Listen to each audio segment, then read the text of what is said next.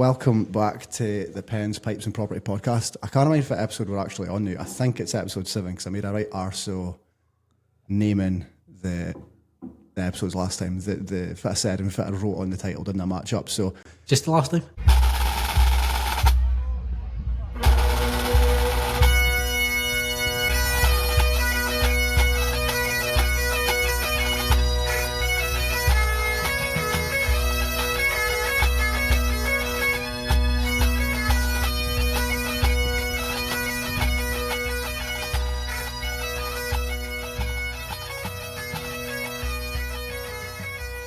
So welcome back. This time we've got James Duguid on the podcast. He is a good pal. He's our property coach.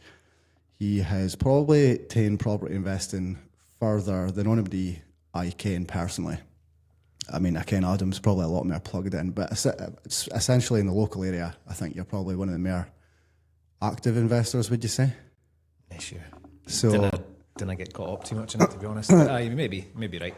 But no, I thought you'd be good to hear on the podcast because it's a different perspective. Like you've probably done what a lot of folk would like to do. I mean, I can.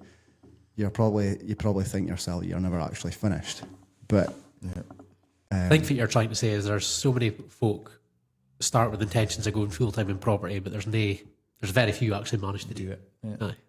Aye, so it's a good story to tell. I mean, I'll let you tell it in your own words, but.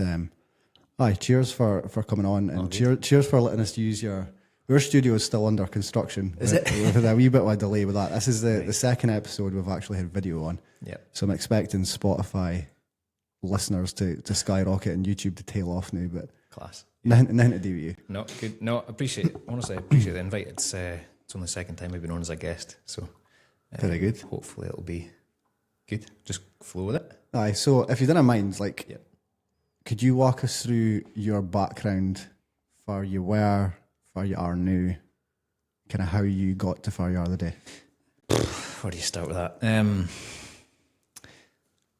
A lot of my kind of conditioning, I would say, came from farming, being brought up in the farm with my dad and my granddad, and just seeing the kind of value of hard work, to be honest. And that is condition you when you're around it a lot when you're young. So still help it to this day.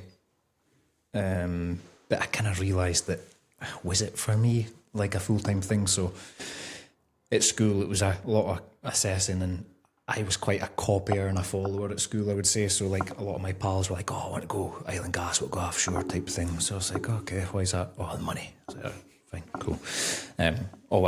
There was this new, I can't remember if it was like a pilot scheme or something, but when we were picking so I decided to stay on at school because I just wanted to fuck about, to be honest. So it was in fourth year when you're trying to pick your fifth year classes, you obviously put forward what you're wanting, but there was opportunity to apply for an HNC mechanical engineering course, which would be day release. So every Wednesday you'd go through to Banff College in Fraserburgh, get up early, catch a bus and see the different characters on the bus and through in the broch. So that was good. That was a 2-year kind of day release. Now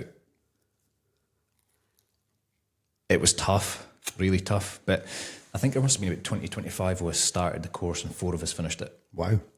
I think a lot of folk thought it was going to be a skive, to be honest. Like, I'll get a day off at school, it'll be brilliant. But you actually had to like put your head down and properly do it. So I think just through that whole experience, I was like, I could see a career in this. And it was the first opportunity for full-time working in oil and gas was, I was actually on a farm working. And Ironically back to the firm. So I was in a tractor, a Canna for my dad. He was in the combine, and there was my dad's partner. After my mum and dad split up, she was a teacher. So one of the teachers, their son had a little quad bike or something like that. So like, oh, this park's just been cut. You can come out with a quad bike. So his dad came in, and I didn't give his dad did. I kind of kent over him, but didn't ken he'd actually had his own oil and gas business. So basically, he'd seen how decent and reasonable I was at driving a tractor and reversing into a shed when I was 16, 17 year old. And he said to my dad, if it's James doing when he leaves school type thing, and he's like, oh, he's not sure, but he's doing this thing at college, HNC. And he's like, oh, I'll offer him a job. Wow. All right, okay. Fit doing like, and it was basically a trainee project engineer. So went in. It was a year in a workshop on the tools, learning about the kind of completion valves, well intervention stuff, and then into the office for learning about the design side. But I didn't really actually get too involved in the design side. I ended up going into the more the like a project side and dealing with the clients and supply chain, which I quite enjoyed dealing with folk, even though I was pretty shy back then, never very confident back then. And then progressed up through that. Eventually, a few different companies. Redundancy happened, and then that was my big like, holy shit, I need to maybe reconsider what I'm doing here. And property day was been a thing probably since I was 9-year-old. I think my dad bought a buy-to-let, mum and dad bought a buy-to-let, and I could see the work and the rewards and the conversations they were having around that. This will be our pension, this will be brilliant for us, blah blah blah. And the way I was speaking about, that's a rent, come in, that's £650 a month type thing. I was like, interesting. And then that kind of fees are big in like the law of attraction and visualization, right? But see, when I was working in oil and gas, it would have been in 2016. I set up a limited company to go contracting. I never had any opportunity to go contracting. I wanted to do that one day. No. So I'd actually set it up ready for the time to come. And then when I got paid off for the company I was at, I spent a year pretty much in like the whiskey industry, supplying milling equipment and stuff to Maltons and all that type of thing. It was good. It was a nice fresh change for oil and gas because there wasn't so much focus on health and safety, and it was just kind of a wee bit agricultural. It was quite good. You still had to be professional, of course, but it was the job like, needs to get done. Roll your sleeves up and just crack on. Like, be safe, but get common sense. And then I got a shout for, it was an ex-client of mine for the company I got made redundant for. Would you fancy a 3-month contract day rate as a project manager? And I was like, oh fuck, here's the opportunity. But literally this was about 3 months before I was due to get married. And I was like, that's just not the right time for me. And I still had a bit of fear of the redundancy piece before. So I was like, thanks, but no thanks. Like really regretfully. I would love to. And literally 6 months after that, he came back, right, I've got a 12-month contract for you. And I was like, I can't fucking say no now. So I was like, well, that's a visualization playing out. So it was that whole redundancy piece that got me started in property. Always just done it for building up to a point where my portfolio would pay me more than what my job was. Like that was my goal. Like everything I did was all around that. So hopefully that gives you a wee insight. And then for the first buy-to-let being bought to going full-time, would have been 3 years. Yeah, but a bit of deal sourcing along the way as well. Like that in itself is unusual, eh? 3 years. Aye. Yeah, I guess so. I didn't have a big wage though. So it depends. It's all relevant. Aye, yes, man. Like, see, for a lot of us, like the only exposure we get to farming's like a Clarkson's farm and that. Yeah. I reckon what your opinion is on that. Brilliant. But like, it's opened up like a window that it's an industry that most of us never actually get to see the insides of. And like, I don't know, do you feel like being brought up in a farm is kind of, it looks like you have to be resilient. You can't be resilient if you're a farmer. Aye, I think so. I said to my dad and my granddad at harvest time, I was like, this is the worst fucking industry to be in. It's the worst business model ever. You didn't control the price you buy things at. You hardly have any control over the price you sell things at. It's all market dictated. Weather can fuck you, a war can fuck you. I was like, it's fucking insanity for me. Again, whereas like a service or a product-based business, you kind of can, well, I can get my raw materials for that. The market rate for this is selling at that. But just so many variables with the weather and stuff, and like, again, animals dying or getting a wheel, and yeah. Must be a lot of passion in it, like when you put it that way. I think that's the main thing that farmers do it for, to be honest. It's like, that's all they do. It's a lifestyle, it's a hobby. Like my dad, my father-in-law actually, so he's a farm worker, but he's got his own wee croft as well. So his hobby is coming home to work, mare and firm. So you kind of get a sense of that. But I think resilience would be a key word, definitely, for farming, I would say. It's a lot of pride as well, I suppose. I suppose for a lot of people, it's the pressure of, can this farm's been in the family for X amount of generations. You didn't want to be the guy that mucks that up either. You're hitting a kind of soft spot now there, because I'm very much in discussions around what happens with our farm, because my granddad's 84 and still going out every day. Yeah. My dad, he's 61, but he's thinking about retirement, and so I'm automatically next in line. And it's like, holy shit, this has been kind of hundreds of years of this particular farm we're at, but farming in general. And it's like, is there a way you can make that work and can maybe employ somebody? I would feel, or just be part-time even. Even just kind of overseeing it. I think I'd feel pretty guilty if I was to be like, right, we're shutting up shop, we're selling up and going to enjoy. Because a lot of farmers didn't really get paid until they actually sell up kind of a lot of the values in the assets. Clarkson's farm is fucking showing that he's made for £100 or £400 a year in that first couple of seasons, which amount of work it goes in for that is incredible. It's it's seeing your social media content, especially kind of like the videos not coming out of you in the tractor in the summertime. I think that's magic. I love it. I often wonder about rebranding, like the property farmer or something, or something funny like that. It's ace. So you mentioned your mum and dad. It kind of sparked that first interest in property with you. So do they still do a bit of property? Dad does, yeah. So they've since split up, but basically, Dad being a farmer, he doesn't like paying anybody else to do anything. So it was pretty much, right, we're going to strip the wallpaper off his gaff the night there all weekend. So I just would do my bike and my great granny literally lived around the corner, so I'd go into hers, my fly cup. I just had his mind they were there, and the rewards I got for it. My dad, I've since helped him buy another 2 since I got in tune with how the hell game works. So basically helped him refinance that first buy-to-let he bought. So he paid 45 grand for it. Mum and dad paid 45 grand for it. And again, how much they spent, he wouldn't have probably tracked it, to be honest, because it was a lot of his time. But it was revalued at 180k.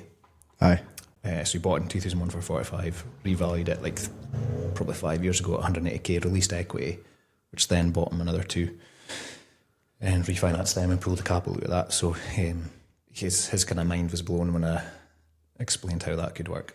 I was going to ask, like, I didn't imagine the refinance piece being a part of the initial plan, like, because pulling money out of properties and lending, like, I think it generally gets a bit of a bad rap in the general public. It's against the norm, I would say. For folk that are in the property space, I think it's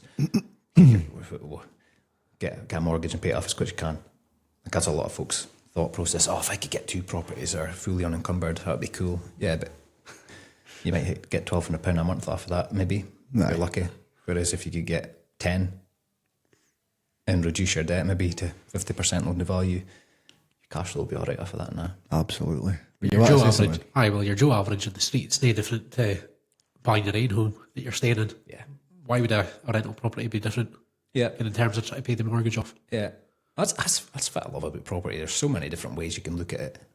Again, when I started it was all about building cash flow. So, and that's when you slowly realise, like, oh, wow, I want a property in the West End. I think I posted about this recently. I want a property in the West End.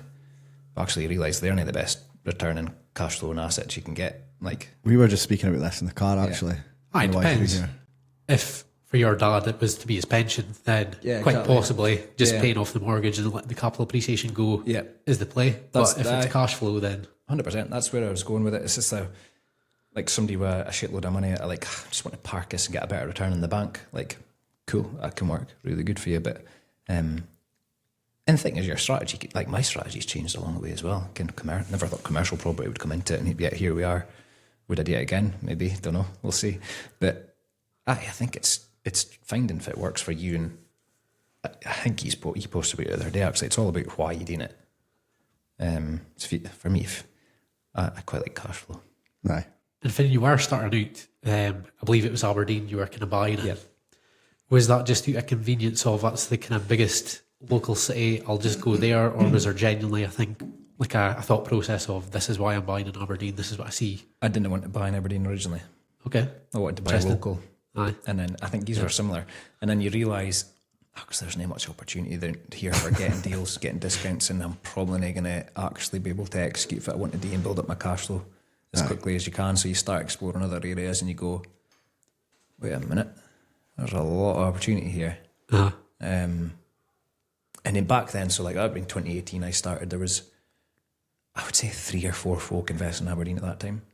Yeah, it was very and popular. they were very negative about it. Yeah.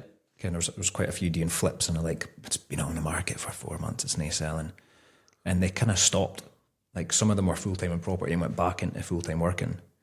Whereas I kind of thought, well, there's a quote I was stuck with me, and it's a Warren Buffett quote: "Be fearful when others are greedy, and be greedy when others are fearful." And I was like, well, if they are fearful, then I'm going to be greedy and just try and clean up. So I didn't say I clean up, but that was my thought process. I suppose you basically kick things off, arguably at the worst time for Aberdeen. Aye, yeah. You had your three years since the bubble burst, and values were still coming down and have come down since then. But again, my vision's 30 years' time. So. Well, I was going to say, like, because I think when folk hear that, they'll go, well, how have you been able to manage the decline in value over the last 8 years? But if you're saying that your plan is a 30-year plan, yeah, it doesn't really. It doesn't. I can't remember who I was speaking to the other day, but they had bought a property for 100. Their mortgage is 120 grand. Sorry, bought it years ago. That property is now worth about half of that. Sort of massive negative equity. But he's like, I'll just keep it on a variable rate. Doesn't have to get revalued at that. Aye. I'll just wait it too. I'm like, I love that. Yeah, okay. I'm probably going to sleep at night if my whole portfolio was like that. But there's ways and means. You've probably heard me speak about this before, but I look at building a portfolio in 3 different stages. You've got your aggressive acquisition stage to get up to the point of, well, okay, perfect. That's us kind of achieved their initial target, what we're going to do.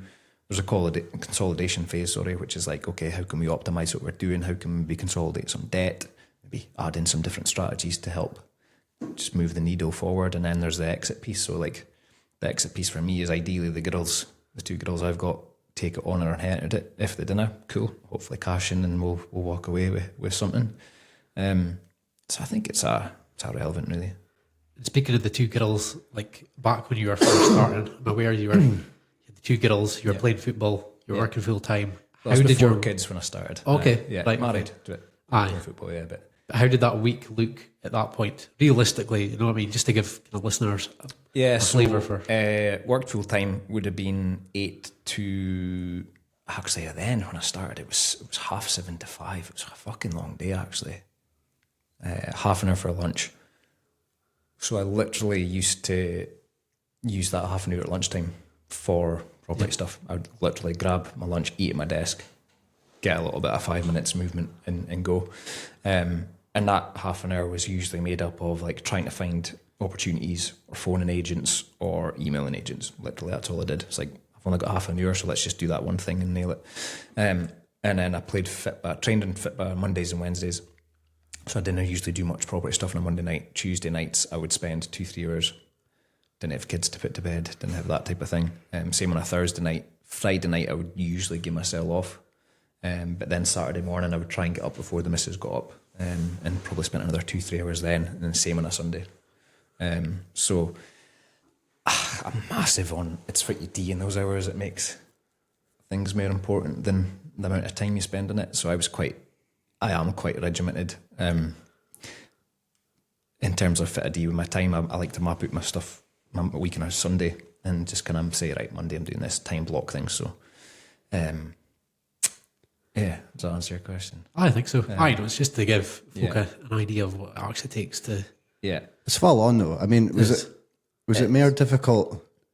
I ask this question as if you're like at the end of something. Okay, but was it more difficult? Was it more difficult to build the portfolio than you thought? Because sometimes I wonder, see if folk realised the amount of work that goes into building something like that. If they kent that up front, would it stop them from even trying in the first place? I think the perception is people think it's easier than fit actually is. Aye, and it's guaranteed if they do put in that effort. They're doing it, I'll even manage that. Yeah. I think if you uncover how difficult it is along the way, it's not quite so bad. It's interesting. Something I've realised coaching in particular, other folk, is everybody has got different drivers and everyone's got different levels of resilience, different levels of motivations. Like if I could mirror back to you two, like you came in and it was like a dog going for a bone. Like you could sense that right away. Like obviously you said that experience of obviously the negative. Oh, side we've of already things. covered that in another episode, so you can say whatever you like about that. You've covered that, but like, Ken, that experience alone would have, yeah. that would have been an end for a lot of folk. You get a sound engineer. Aye.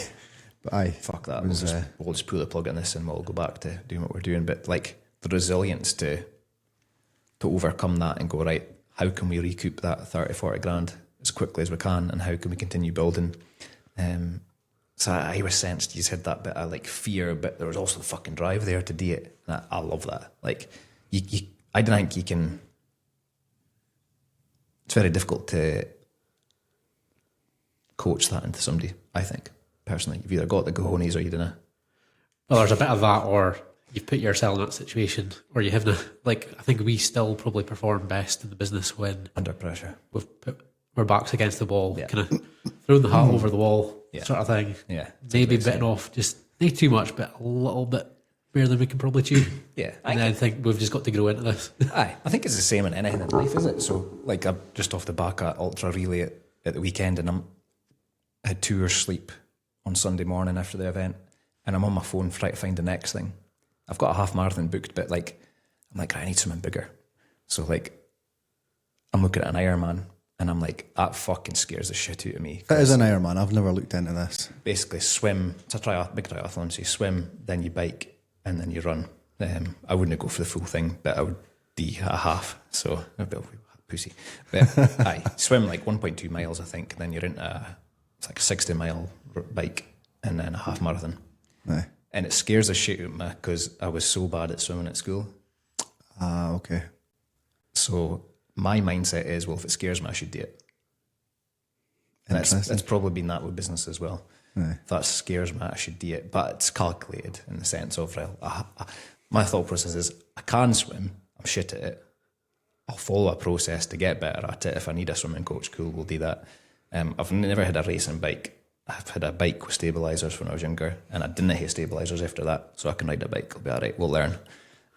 Probably chafe a lot along the way as well, and I can run all right. And it's like there's not a lot of folk I ken that desire Ironmans, so it's like quite It's unique. cool. I like that.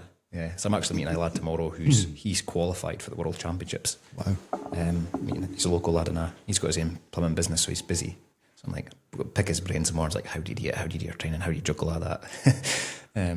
So I think it's gamifying it as well. So like, see, when I got to the point of being able to go full time in property, I actually wasn't wanting to go full time in property because I was quite comfortable. Okay. I was making all right money in oil and gas, and it was mere Sean and Ali when we formed SJ that kind of pushed it. And I was like, goodness, if I didn't do it now, I'll never do it. I'm glad I did, 100% glad I did. It's been great. Like the freedom and control element of your time has been huge, but I like to gamify it now. So it's like, okay, well, that initial milestone was met. Like, how can we gamify it now? So whether that's a financial metric or type of project you're getting involved with, just many deadlines. Like, yeah, heavier, bigger vision, but like, how can you, like even little things. I'm away on holiday on Monday. So like this week I've been like, right, I need to go full send and complete my task list, and I'll automatically throw more stuff in my task list just to gamify it. Just to be like, right, you can enjoy your holiday when that's done. Do you enjoy your holiday though? Or I do now. You do now? Yeah. It was probably the last holiday we had. I was like, actually, I feel like I've switched off now. Right, okay. Whereas before I would probably take 2-3 days to be like, right, I'm happy to leave my phone in the safe through the day now. Aye. Or can you put it in your bag? Saying of them, like, see, if you're listening to music on your phone, like your emails are just there, the internet's at your fingertips, you could, like, so easily just dive back into it. So what I did at Christmas, I bought myself an iPad. I'm like, whoa, an iPad, fucking hell, you're special. But, and never purposely put any social media stuff on it. So, like, for business, planning out my week, writing content, it's done on my iPad and my phone's away. Sometimes I will do it on my phone as well if it's convenient, but like it means I kind of get distracted on the iPad. Aye. So like I'll take it on holiday with me. I'll be scribbling notes on it and brainstorming stuff. I like to think when I'm on holiday about work. I do like that, but I didn't like doing when I'm on holiday. So it's like strategizing, because I just think you get a lot.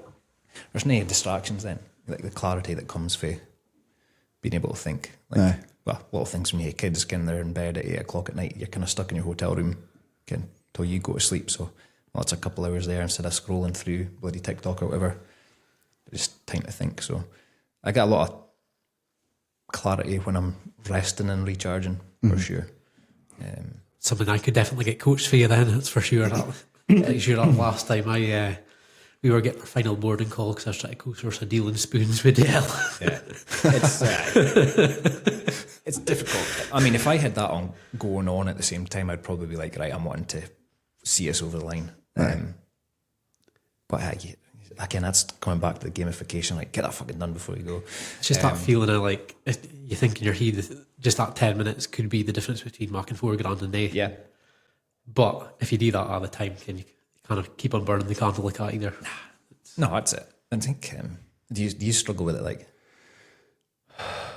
I struggle to completely switch off it. 100%. You're probably different as well, though, because you've got like different work patterns and you've got the offshore life and you've got the at home.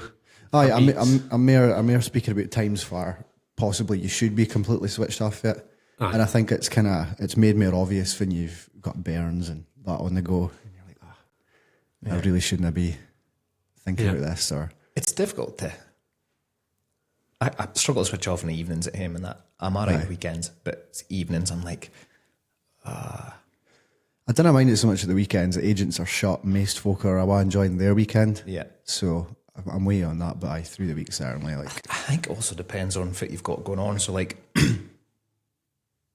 like training for the Ultra or Ironman, there's going to be an element I need to train through the day because the gym times in Turriff are fucking horrendous. So like you'll have to go at lunchtime or through the day. So I'll often like sacrifice a couple of hours through the day, but then again, it's a gamification. Well, I've lost 2 hours through the day, so I'll need to mark it up at night time. aye. I'm quite like that. Which is another mad concept that I probably need to realise in my head that you didn't have to work 8 to 5. But I think when it's your own business, you kind of feel like you have to a wee bit. Aye. I mean, I think if there's time during the working day that you haven't spent in the business, I almost feel like if it could have done during that time, like I feel like I've lost something. Yeah. What about yourselves? How do you kind of juggle your time with everything? Maximum attack that I can get away with, I would say. It's totally different from me offshore, because like offshore you're stuck there. Yeah. It's nae like I can go and do stuff with a wee man. I can't go out somewhere with a wife. Like it's very much when the shift finishes at 6 o'clock. Like I'll run on about 6 hours sleep when I'm offshore.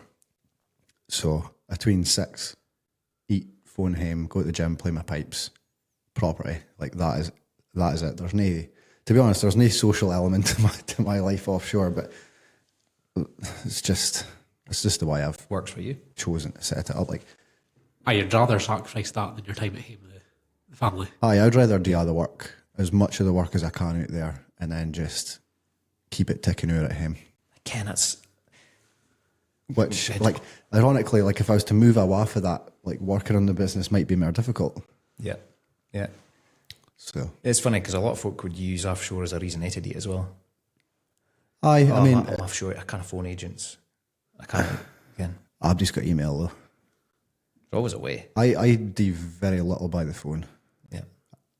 It just doesn't work. Well, not for me. Yeah. It's finding if it works for you and optimising it, I think, isn't it? Aye. Yeah. How about you? Huge. Probably pretty similar to what you were with office hours, pretty regimented, to get up at 5:30 at the gym for 5:45, try and get back for about 7 o'clock, do an hour and a half property stuff before work, then leave for work, probably about half an hour during lunchtime, and then try and get 60 minutes, maybe 90 minutes of the evening, just depends. But it's brutal. Yeah. That's why when I go on holiday, it's such a struggle to actually switch off. Yeah. I remember trying to push the limit so fit I could get away at work.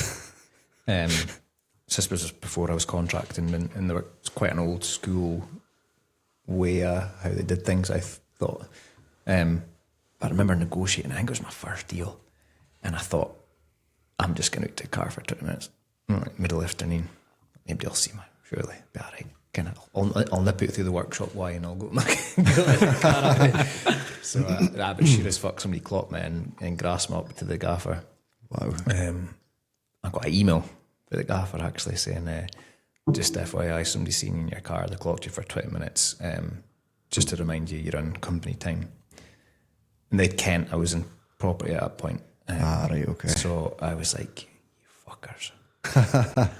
But things like that makes me think, right, okay, well, how can I do it better? How can I do it next time? So... escape better or... just get away with it better. Aye. So like, used to often like, hey, clients to go to, so I'll go there, but like I'll stop off for 10 minutes and phone them on the way. Oh, I fucking stuck it in a lorry. You make it work. Meanwhile, the estate agent's trying to show you... Yeah, 100%. Yeah. Or, right, I need to get a viewing booked in. Right, I'll go to that. I'll arrange that meeting for 3 o'clock in the afternoon because I'll be finished early, a half an hour earlier than usual, and I'll get my half an hour there. Forfeit. But you have to. You have to. If it was the moment like... But I must add, in case they're listening, I did fucking put in a shift when I was there though. When I was focused on my property stuff. When I was focused on my work stuff, I did give a shift. if you say so, James. Yeah. If it was that moment like when you handed in your notice to leave the job then? Funny one. I had to go full time. Aye. Because that must have been a big decision.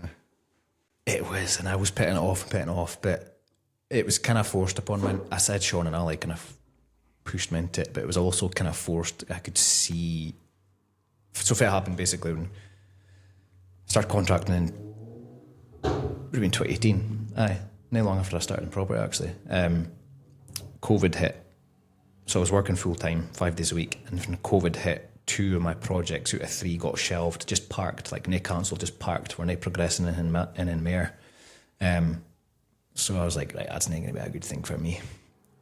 But we'll sit tight. A week later, boss says, right, cutting Abby's rates 20%, and James, you'll begin doing it 2.5 days a week. Like, there's no question. It's just happening. And you're like, fuck. Blessing in disguise though, because our time to do property stuff and lean in. That's when the coaching came about. So a lot of folk at home in lockdown, I was still posting content. Oh, could I pick your brains? So I did a couple and I was like, I could fucking monetize this. So that's how the coaching kind of came to be, was just folk... COVID, stuck at home. Asking questions. Seeing what I was up to.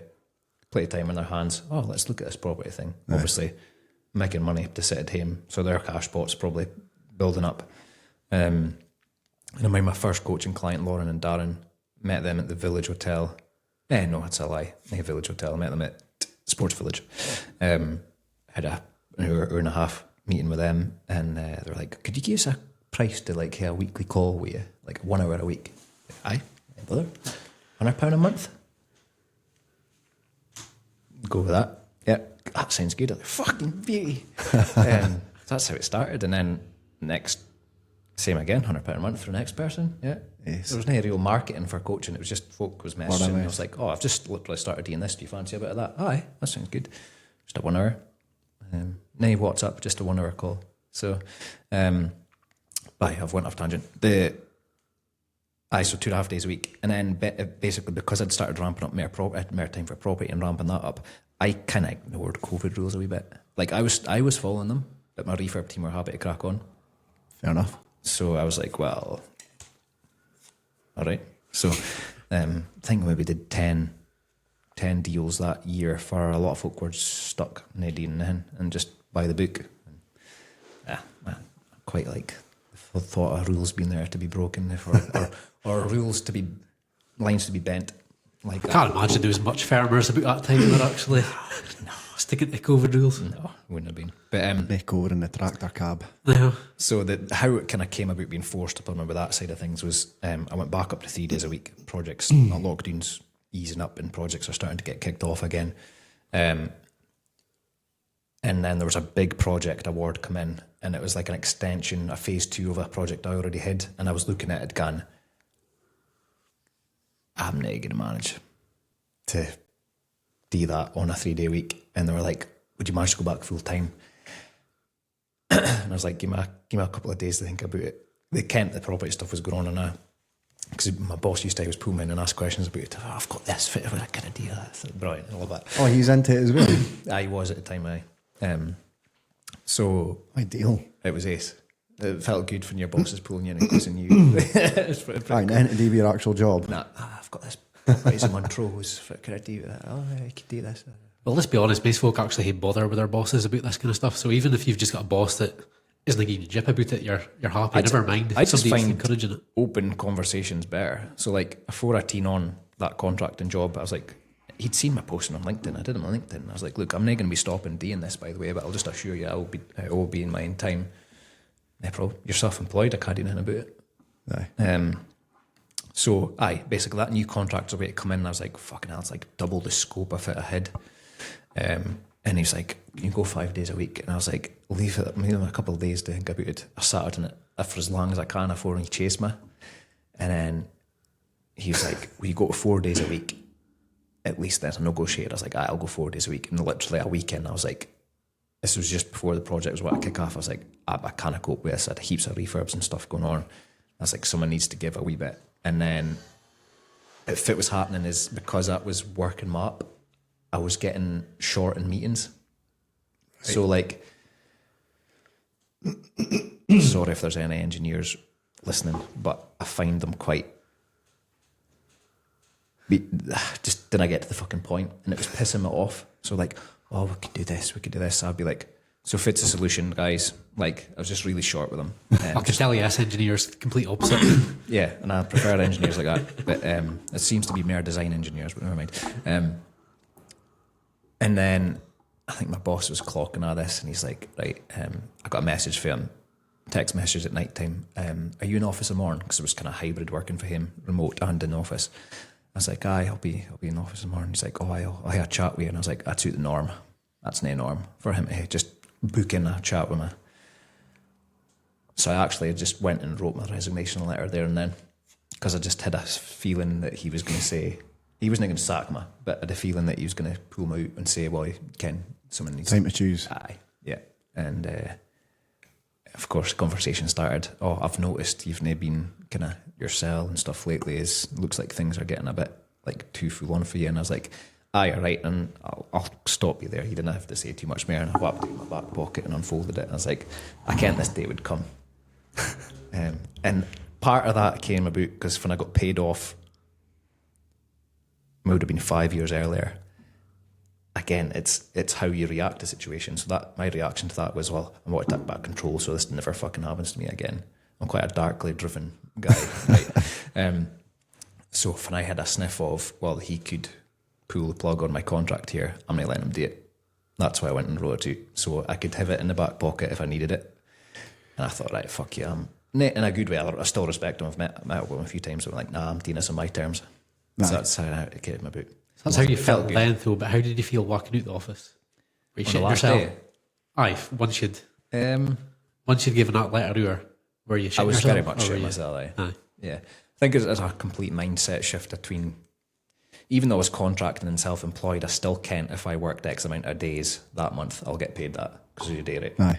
So there's still a safety element there. Okay, there's maybe not the safety of being an employee, but it's kind of, you're good. If you're busy and you're all right at your job, you're pretty all right. And it's quite a small company and there wasn't much turnover of staff. Things that were shite were quickly shown the door. So I was like, well, I've been here for 4 years. I can't be that shite. So you start thinking about that. And then that was the biggest fear for me, Ken. So when I went full-time in property, my first daughter would have been 2. My wife was pregnant. So I went full-time in the June. She was due to have her second October. So there was a lot of, well, okay, fuck. No financial pressure, but like, I need to make this work. So it was... Because one of the things I wanted to do, was never to take, and I've never to this day took money out of my portfolio. Aye, because I was going to ask, like, your business is obviously made up a few different sort of income streams. You've got the portfolio income, the coaching income, sourcing income. Like, how much of your expenses would you say were covered just by the portfolio? Like, how much did you still have to go out there and work to? If I was purely just relying on portfolio, it was about 2.5 times. Wow. Nice. Yeah.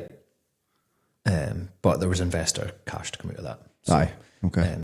You were netting maybe about the same, to be fair, to quite a lot of investors. But still, it would have been okay. Aye. So that was my rationale in my head. Is like, well, that's there if I need it. I didn't want, as a gamification again, I don't want to tuck anything out of there. Aye. I want to market through deal sourcing, coaching, and refurb side of things.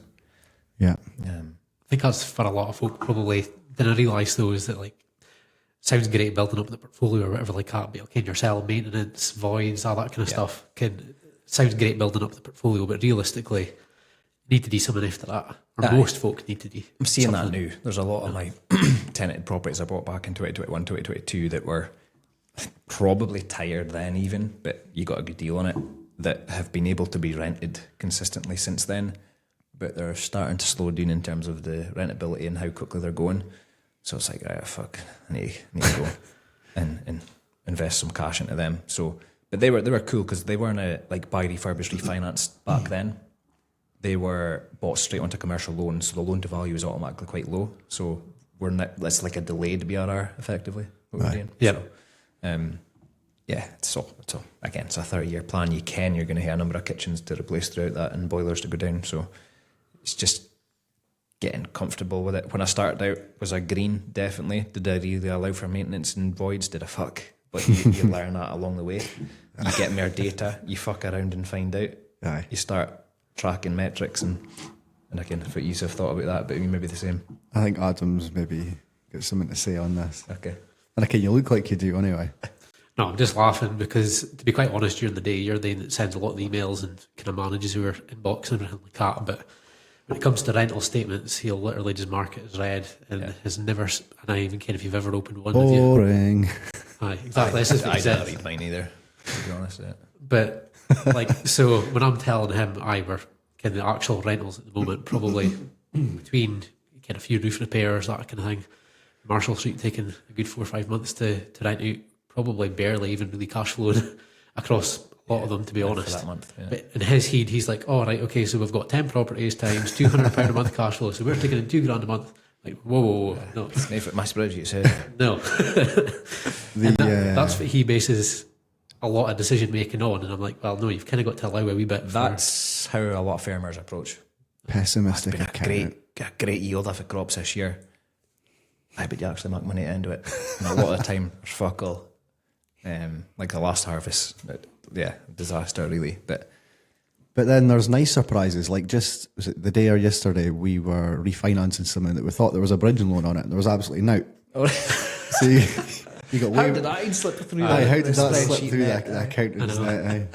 So there's ups and downs with that. Adam is now applying for some new accountancy roles. I was delighted. Delete. I thought I was getting 10 grand in the bank and we got 40. Oh well. Happy days. Yeah. But no, things like that, people didn't really take into consideration. And it's not even just money wise, but like if you've been working full time, playing football 3 times a week and building up this portfolio to, was it 30 odd properties? When I went full time, it would be 27. Aye. If you've been so driven to get to that stage, even if it was paying for your lifestyle, you're not the type of person that's just going to sit back after that.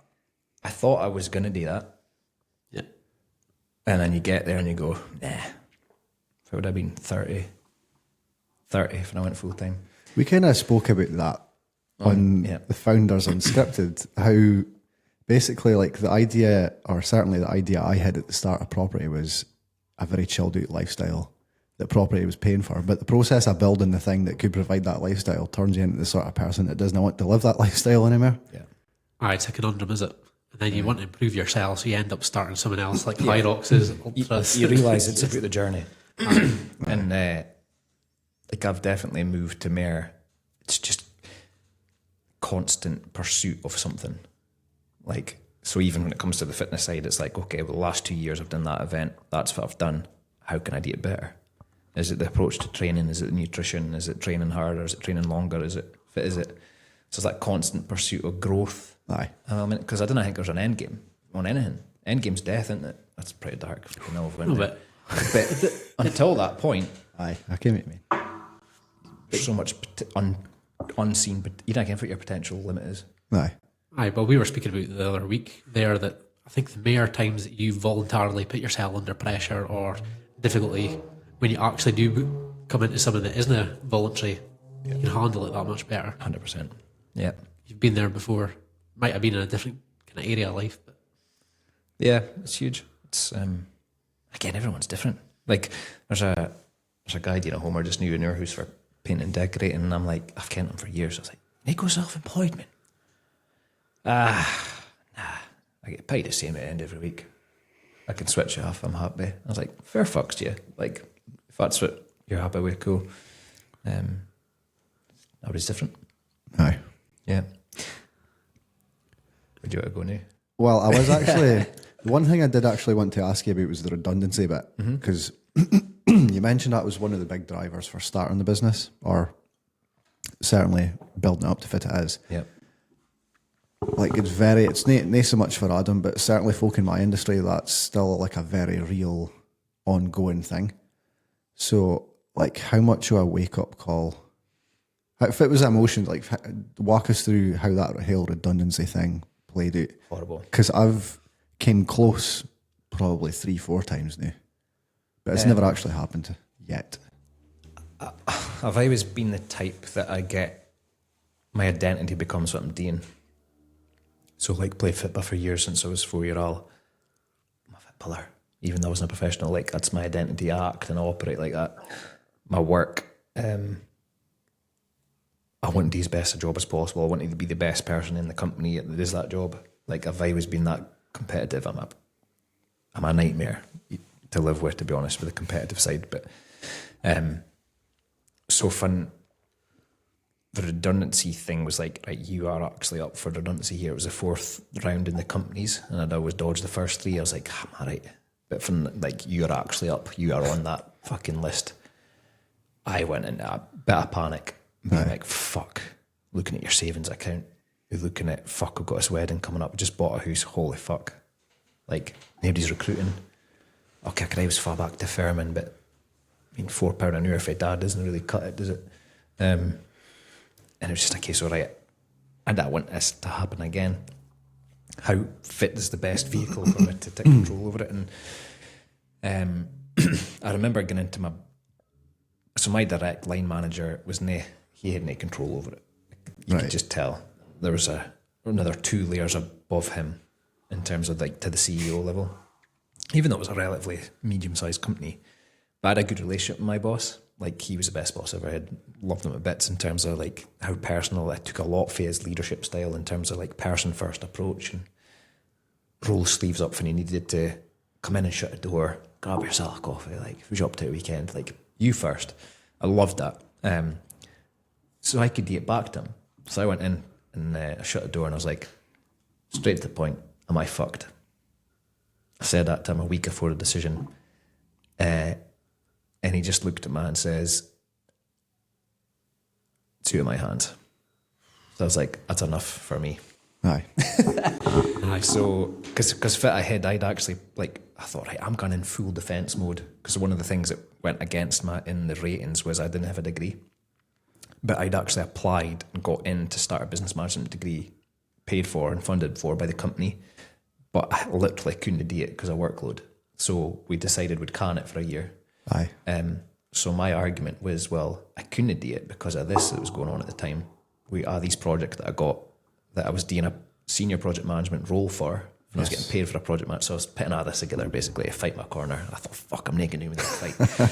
Competitive thing. But then when he said that, I literally ripped up a hand in that folder and I thought, just to suck it up then. And I'll go out and no burn any bridges. And as soon as it was confirmed, it was panic. I mind greeting that night at him, which just sounds so dramatic, but that's how big it meant for me. Like work and football was my life. I generally enjoyed it. So, it was not just about you at that stage, Ken. that was the thing. It was more like things that were going through my head was, oh fuck, I can't provide for my wife. I can't cover the mortgage. I was just totally overthinking it. Aye. Didn't have hardly any savings in the bank because I was going for the wedding. I was like, how fuck am I going to hate cancel suppliers for the wedding? You just start overthinking it, and then I was like, right, if I'm going to get a D, fuck it. I'm going to suck up some. As a 4 posting on LinkedIn, suck up some courage. Just put a LinkedIn post out, looking for a new role. I think it was literally. It would have been the night my boss said to me, gave me that look to be like, nah, I can do about it kind of thing. So I still had a job there. Right. I picked it up at night. I thought, fuck it, if ever to lose, fit they got to say, I'm up for redundancy. I got a message the next day for the company I went to in the whiskey industry. Went up, had an interview the day after my redundancy officially happened. Got offered a job there and then for the same money. Oh, what a fucking relief it was. Close in. Aye, really close in. So had that nae happened, don't know, I'd probably been chapping doors looking for a job, to be honest. Aye. So it was a scary thought at the time. Blessing in disguise looking back now. I do believe your kind of hard times do make you properly, Aye. they can make you propel. I understand there's mental health or some folk and that can make them go into a hole, but I'm nae that wired, nae wired that way. I'm the same as you, back against the wall and you fucking swing your way through it. You mentioned you kind of gathered the courage to put that post out on LinkedIn. Yeah. Now, there's quite a difference between the person you've just described there Yeah. and the person that we can now, because obviously you're pretty active in social media now. You're on a podcast. You're our LinkedIn and Instagram and that. So how important do you think social media is? Huge. Wouldn't have a business without it, in all honesty. Wouldn't have businesses without it. I think if you're nae leveraging social media in general, you're severely impacting your growth potential in your business. The biggest fear for me, I was starting with it, was mates and folk taking the piss. Like when you went on a night out, which was very rare for me, the folk randomly would come up to you and sort of piss your post on Facebook, and it would. And at the start, it would annoy me. It'd be like, "Fuck off," kind of thing. But now I'm just like, didn't they like it? Like, no, well, fuck off. Like, unfollow me then. But I think that's everybody's fear. I'm actually now at the stage, I've probably realised if somebody doesn't tell me that within the space of a couple of weeks, like anybody at all, I'm probably not doing it enough. Like that's what I've found, is that if nobody's mentioned it, then I look back and I'm like, I've only put out one post this week. It's funny now because I've kind of pivoted my content a wee bit to be just generally speaking about more stuff, like personal development stuff and businessy, rather than just property all the time. Aye. So a lot of like camera out, just hit record, unedited, raw dog it, and upload it. You like that the other night, yeah, raw dog. I love that saying. The way you said that, I knew just sounds no, but the way you said I liked it the other night. Never thought about that. On our Zoom call, raw dog. You had to be there. Aye. Sorry. Inside joke. Aye, it's just like I've had folk through fitness coaching and stuff being like, oh, I fucking liking your content lately. Like, but see, 8 years ago when I started it, they'd have been like, what the fuck are you doing? I think having that broader reach, for it's not just specifically property stuff, like more folk can tune into it. Aye.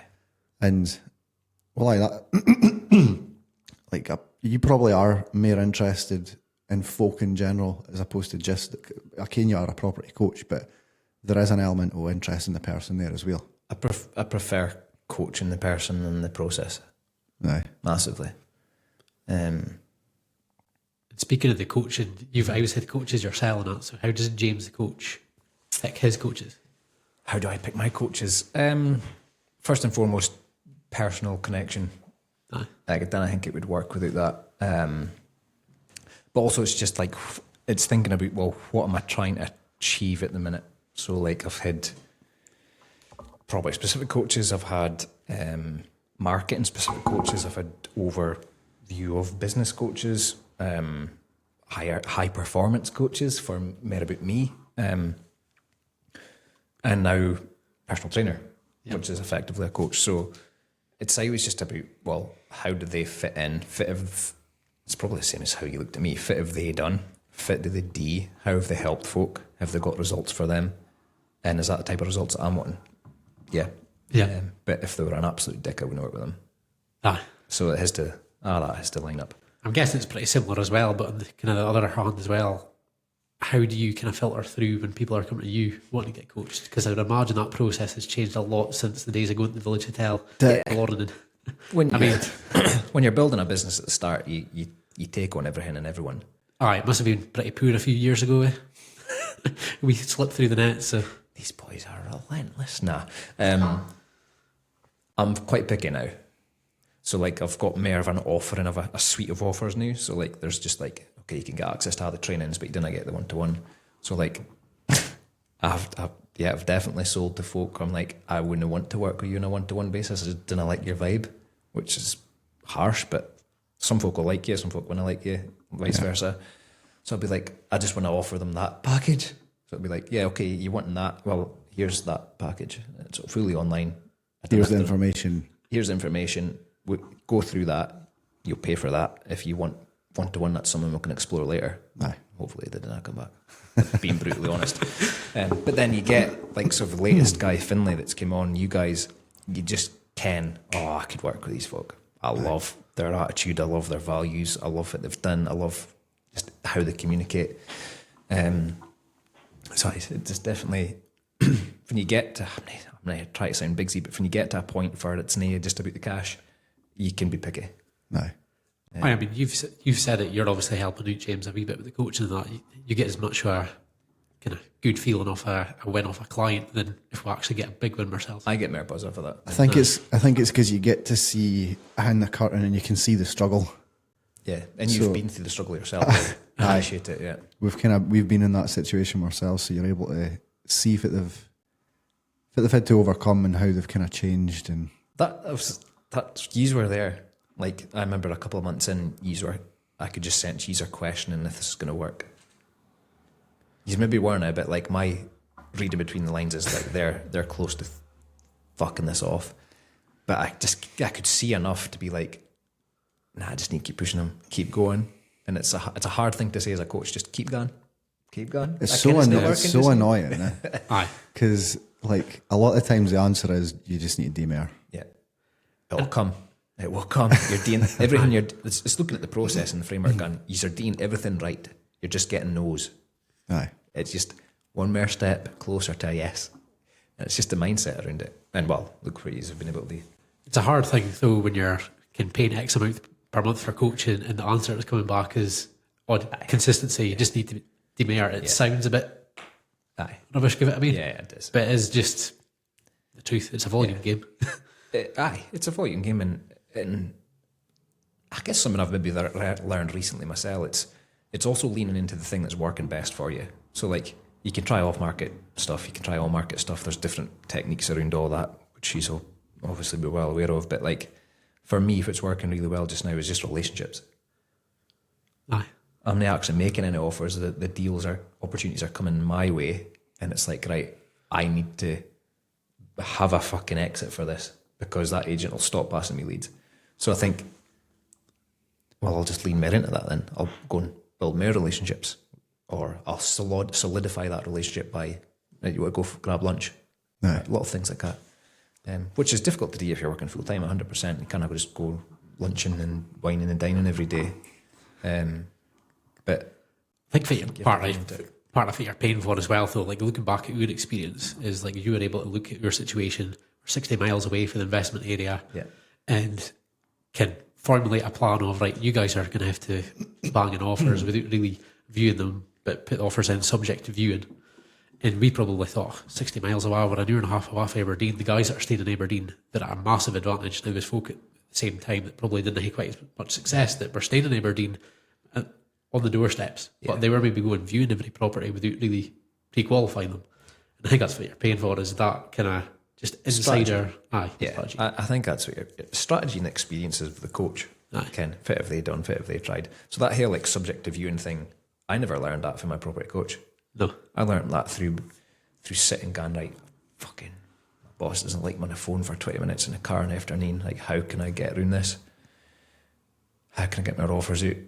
And then going, my phone, my solicitor.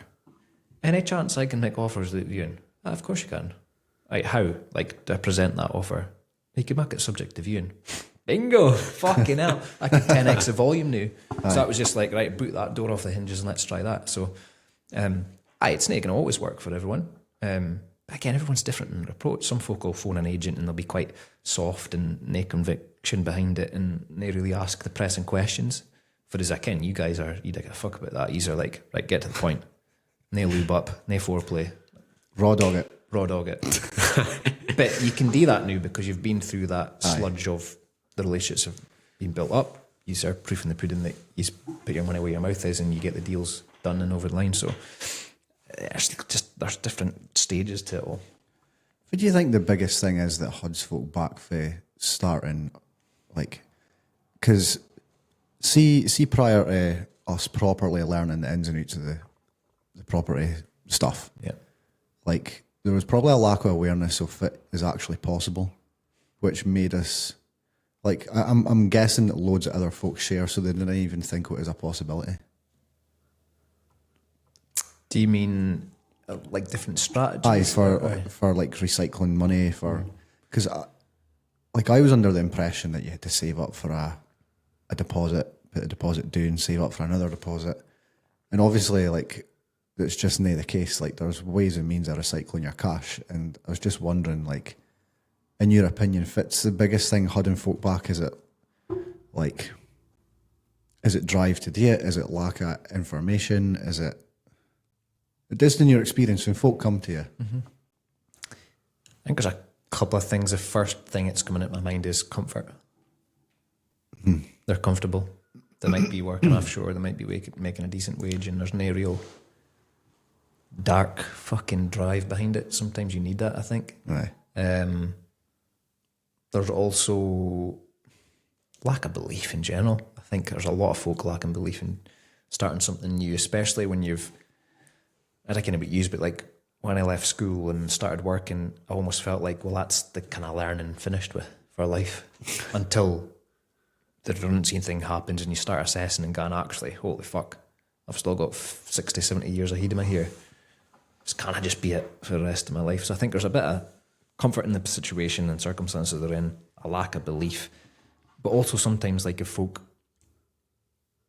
see content for a property coach or something, they'll be like, that's too good to be true. If it's a catch. Definitely. That? Well, we fell into the trap of exactly that. I mean, we've covered this in another episode, but not to get into too much detail, but just folk promising stuff that just was not even remotely close to reality. Like deal sourcers, you mean? Aye. I dare say there's property coaches that... There is. Aye. So that's maybe a good question for you. How do you try and position yourself in a way that is different to that? Just being authentic. Aye. Sharing about the fuck ups. Sharing about what worked for me, what didn't work. And I think, and I've thought about this a lot lately, especially with AI and everything. And like we spoke about it a lot. You can see the AI content, you can see the AI pictures, you can see the AI responses, the bots, all that shit. It's driving. I'm getting a rant here. No, on you go. I love it. It's driving a lot of, I think, thinking and creativity out of folk. And back to the raw dog piece. That's why I started doing raw dog videos. Shoot, unedited, raw dog it. Aye. You cannot AI that. This can't be AI, it's too shite. Precisely. I've always been a bit of a against the I grain. don't mean that. No, I can, but it is. Whereas if it's all polished and like, is that AI? Aye. So being real, being authentic, then I get me wrong, AI's got its place for things. I do use it, but nay for that. I think it's just trying to stand out differently from what other folk are doing. Because I've been caught in that trap of signing up for tens of thousands of pounds for property courses, and you're just sold a dream, and you're not actually told about the maintenance, the void periods, until you actually start doing it. So I'm of the opinion, well, I'd rather... I'm not doing a job as a coach if I'm not telling folk about that, because it's going to happen. Aye. So you need to gear them up for it. There's a lot of good, there's a lot of struggle as well. Yeah. That's why I there was on stage a couple of years ago, a content was going and basically calling out, get financially free in 90 days. I'm like, that's bollocks. Took me 3 years. But even 3 years isn't that long if you think about it. So it's like, it's trying to get a bit of realism in there. Don't get me wrong, I've got content that will absolutely, like, oh, this is great. Aye, but there's also the bad. In context with a body of content, it all builds a picture that it's not sunshine and rainbows. No, Even though so many strategies you can go doing, like even sharing stuff about the farm, that's about me wanting to show off my tractor, of course, but also folk can relate to that. And if they've, like, the amount of coaching clients I've had come on, I see you're into your Hyroxes or you're into farming, they like that. That's some of my favourite content of yours is a tractor material. It's good. It's funny, my very first boss, I was speaking about the offer me the job in the tractor, well, for that guy, I had a coffee with him about 4 weeks ago, and he's like, I was telling him about stuff we were doing, and he's like, Kenneth, your best content and the happiest you look is when you're in a tractor or a combine tucking your content. And I was like, oh, you're absolutely right. I could love it. Loved it being on Clarkson's farm. But I think it's just, yeah. But Sure. when you mentioned the AI stuff, and I think I actually told you about this, I seen somebody had put a post on LinkedIn, and it was like so obviously AI, but so were the comments. So there was like 2-3 folk involved in this AI bots. 2-3 AI bots having a conversation with each other. There was not a human in sight. Mental. I really didn't How can like you build a it. connection doing that? I really didn't like it. How does that conversation go? Kind of somebody's actually been like shopping around, they've read the Get Financially Free in 90 Days and that. You must have some amount of conversations with people who have already read this and they come to you and that's what they want and they tell you in the call, oh, I've seen that you can do this, so that's what I want to do. I'll openly say it's very unlikely. Maybe 1% of folks doing that if they started with £1 million. Aye. Yeah. You can almost see them going, oh, and come back into reality a little bit. Yeah, for me, you have to, because then if I was to naysay that and be like, oh, the fucking right, you can get financially free in 90 days, they come in and they go, well, that's a bag of shit. That doesn't work. It's mis-selling, I think. But I would say there was an element of that. Like, we didn't think we could become financially free in 90 days, but I would say, and please correct me if I'm wrong, but at least I thought there was an element of we're going to or be able to build up a lot of passive income in a short period of time, which is how we initially got ourselves in a bit of bother. I think some others get away with saying that because they'll say, well, if you source one deal a month, you're financially free, you've replaced your salary.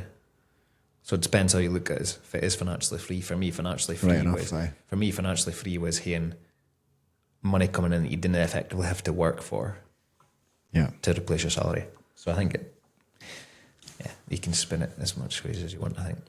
Or folk can. But yeah, I mean, it's an instance base. I think we're obviously heavily exposed to Aberdeen, the three of us, but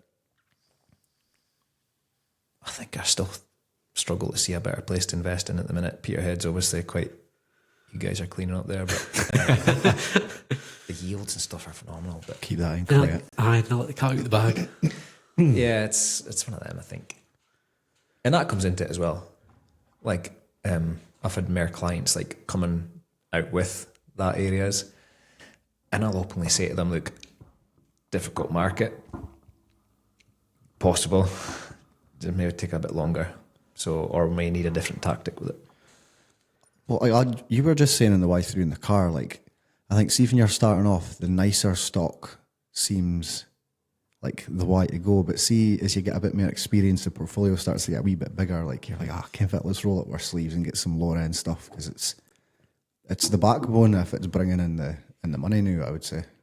I think it just depends. If we're pretty young. Maybe I'm totally wrong, because you're then looking at the spreadsheet telling me that I'm way off. So No, I think, well, my attitude's definitely changed a bit, because I thought, like yourself, what you're saying earlier on, West End, that'd be nice, it should go up in value more over time, that sort of thing. But at the end of the day, if you want to get cash in your pocket in the next couple of years off of this portfolio, I'd rather have someone that's cash flowing $350 a month that is in a great area, but rents out quick, no problems. Yeah, 100%. Again, it's just back to what you're doing it for. Like, if you've exited a business and you've got a couple of £1 million and you just want to diversify your portfolio and park some money in a property, perfect. Absolutely perfect. Going back to the coaching side of things, I wanted to ask you something. So you said, for a start, when somebody asked you, can I get a call a week? How much that get cost? You said £100 a month. And it was just a back the fag packet kind of, right, well, just say that and see how they react. how were you able to kind of change your mindset to kind of have the belief that you actually had value to bring to people, so that you had actual conviction when you were telling them, again, this is the suite of services I can offer, that's how much it's going to be, take it or leave it. The That results. must have been quite... The results. It must have been, for a start, though, pretty... I think well, if you think like me, I think you're always questioning the value you bring. Aye. But it was all down to the results. Like, I was thinking, right, I've charged them £100 a month. They've been able to go from 0 to 5 properties in 12 months.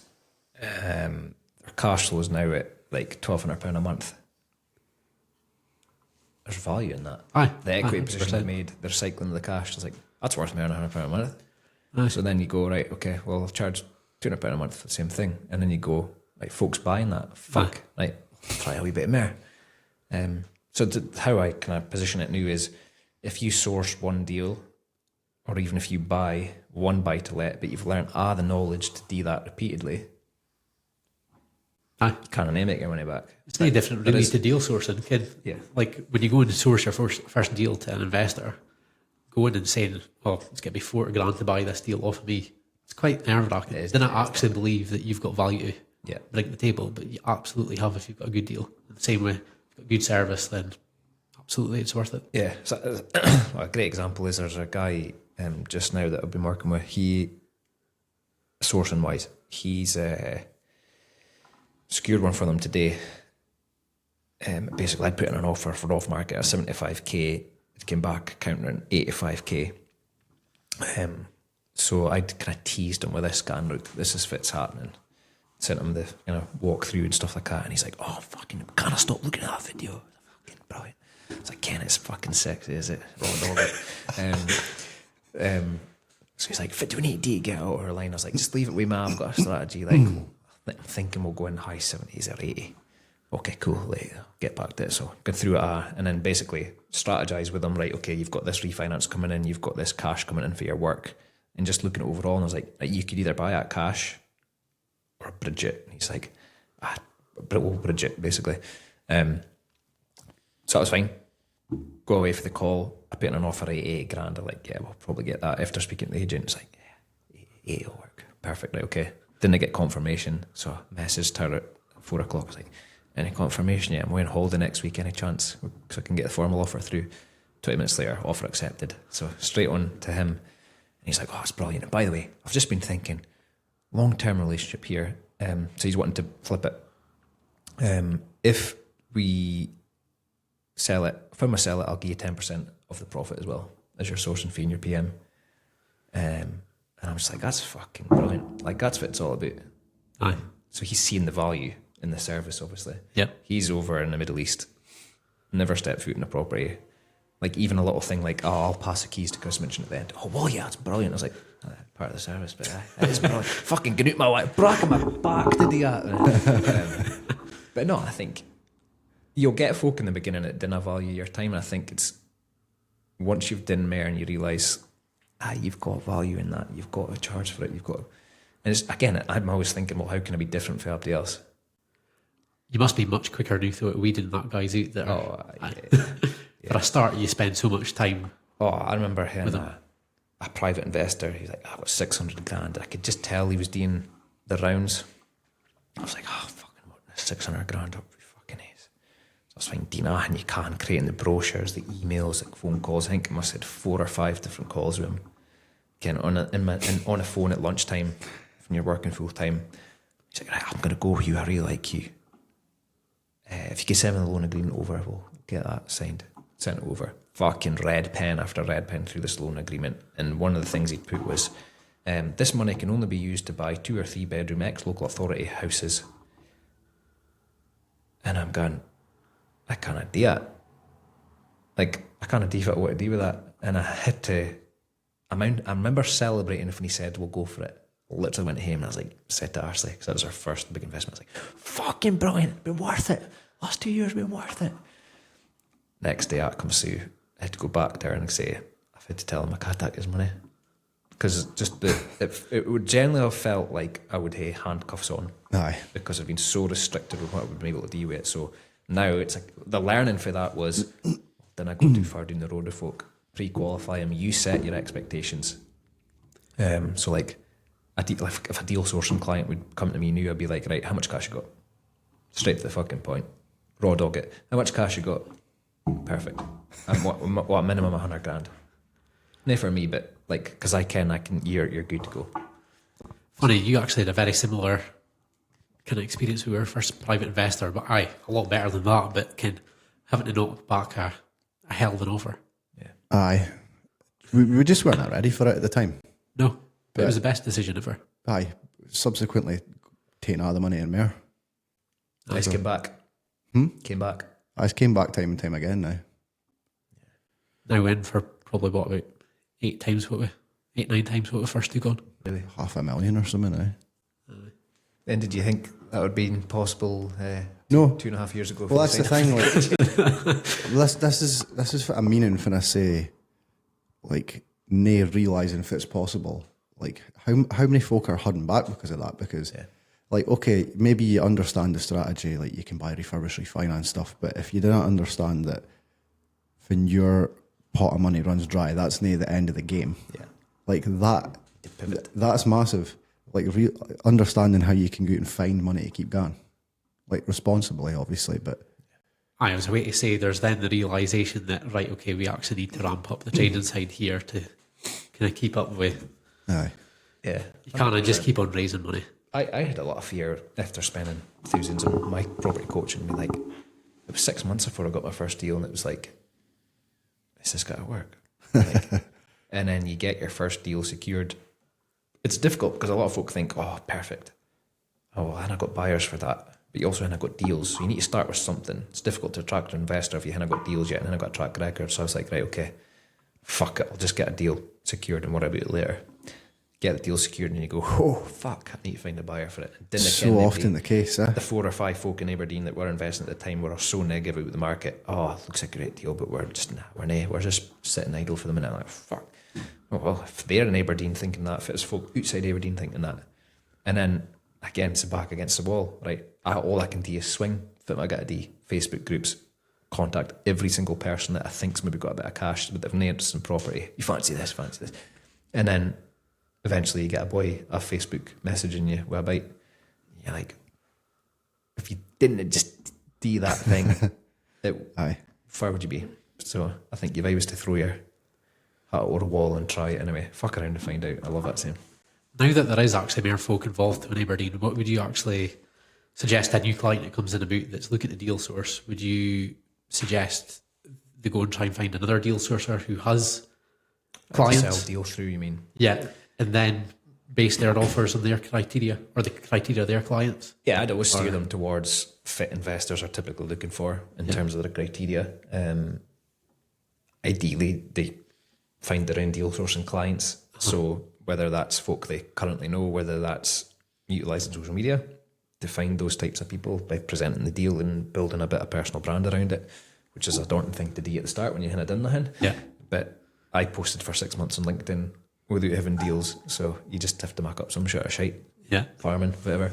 And then if you can't find a buyer, there's so many folk that are open to co-source, like Chris DL, you guys. That's plan B. And if you can't do that, well, you've got an auction referral route if it's off market. If you can't do that, well, what's the worst that happens? You pull out the deal. You want to be losing any money. You'll maybe take a wee bit in hit in the pride and reputation, but at least you tried. And I think that's the thing that stops a lot of folk. And it does frustrate me a wee bit when they just go straight to the co-source option. I'm like, you just didn't try hard enough to push it. Sometimes you want to sell deals. I've had situations like that, but did you do everything you could? Did you turn every leaf you could? Aye. Yeah. We still debate that a lot because you're probably more towards James's side there. I'm quite often towards the co-source side. If there's a reliable route there and you can get it sold instantly. More especially when you're first starting out, I think we were, fair to say, pretty close to losing that first 1 or 2 deals. We were right on a knife's edge. The agent kind of just said, pulling the plug. It depends. It depends on what you've got going on. Back at the start, when that's happening, of course you should be doing absolutely everything to find a buyer for the deal instead of giving half the work to somebody else. But the stage we're at now, like if there's stuff going on with the portfolio, there's other decisions to be made, there's admin and loads of other stuff to think about. Sometimes it is nice to just go, okay, if you've got a buyer, happy days, like let's just do a bit of business together. But it's almost like it's more for momentum than anything else, because you get the social proof if you're seeing the more deals because you're able to just shift them on quicker. I've seen a couple of scenarios lately where there's been like new build properties have came across my desk, and it's like I'll never be able to get this at a price that will work for my usual buyers. So automatically, Christie L seems to be able to sell everybody's granny and granda, so we'll just go there. Like there is times that there's a block of 9 in Peterhead that I'm like, it's not just a big enough discount in that really for the usuals here. We'll go to Christie L. they come to the Newlands Breeders, clearing up in Peterhead. They take that offline. There's no much in the bank, but there's always There's always a way. There's always a way. There's always a way. Yeah. Aye. But again, that's like for me. I'm in that consolidation phase now where I'm not really bothered about adding more to the portfolio. Like quite gamifying it with trading income, get cash in the door, put that paying down, mortgages and stuff and flips. Aye. So yeah. Well, lads, we have been gone for well over an hour now. So, I think we'll call it quits there. We'll definitely have to do an episode 2 on this because there's so much more we could get into on this. But yeah, what I say. Well, we can't end it without kind of asking if it's next. If it is mindset going forward just now, if it's the focus on. Got a really big drive just to scale businesses. So, ones I've got, so up the sourcing, up the getting spaces optimised, getting the marketing efforts there, potentially a rebrand here. Just maximising if it's there. Portfolios need a bit of attention. Coaching, rebuilding, shall we say? Yeah. Breaking it down to rebuild it and see if it's fulfilling and not fulfilling and who we take on and what's available. So better watch for sales then. yeah, it's. I think again, you change. Aye. You change. So, I'm very much of a mindset of not going lean, but like being efficient. Again, when you're scaling a portfolio in a business, it can be fucking tiring, and you're recruiting people, and your money's coming in. It's going out as quick as it did. There comes a time for it's like, actually, let's just build up the pot again. No. You would have to be efficient if you're trying to rebrand a commercial property, get it filled. I farm as well. Like I said, my granddad's planning his retirement. There's a lot of. I'm often seen as you're the business head, and we're just farmers. So it's like you start to get involved with accountants, the stuff around that. Or you're like Charlie. Aye, a wee bit like Charlie. Hopefully, it's boring. But even we'll be the judge of that. Ken, you're starting to think about inheritance tax because my dad's got 2 brothers and my granddad's like, it needs to be fair. I was like, but there's a way to be fair and they leave them with tax. Like, as dark as it is, you'll be dead and they have to worry about it. Ken, how does that affect everybody else? So, again, it's just thinking that bigger picture and takes up a lot of headspace. And then hopefully an Ironman will get that locked in. So, yeah, it's good. I feel like last year was heavy. It felt like there was a lot of spinning plates. So it was like, I guess, all right, we need to lean things out a wee bit here and get some sanity back. So, yeah, it's mad how it goes through cycles. So how does somebody find you if they want to get in touch with you for deal sourcing, for coaching, farming content? Farming content, for raw dogging. Raw dogging, yeah. If they want to come and use your commercial spaces. Instagram would be the most utilised platform, I'd say, with stories and stuff behind the scenes and raw dogging and stuff. So, James Duguid Property. There's various free resources on there with the podcast, with trainings that you guys have probably been in. So yeah, I would say just have a look there. Excellent. Well, James Duguid, thank you very much. Thanks, gents. It's been a pleasure. I can't believe it's been for an hour and 20 minutes or something. Mad. Aye. Right. Yeah. Well, good. Appreciate it. Cheers. Cheers. Blather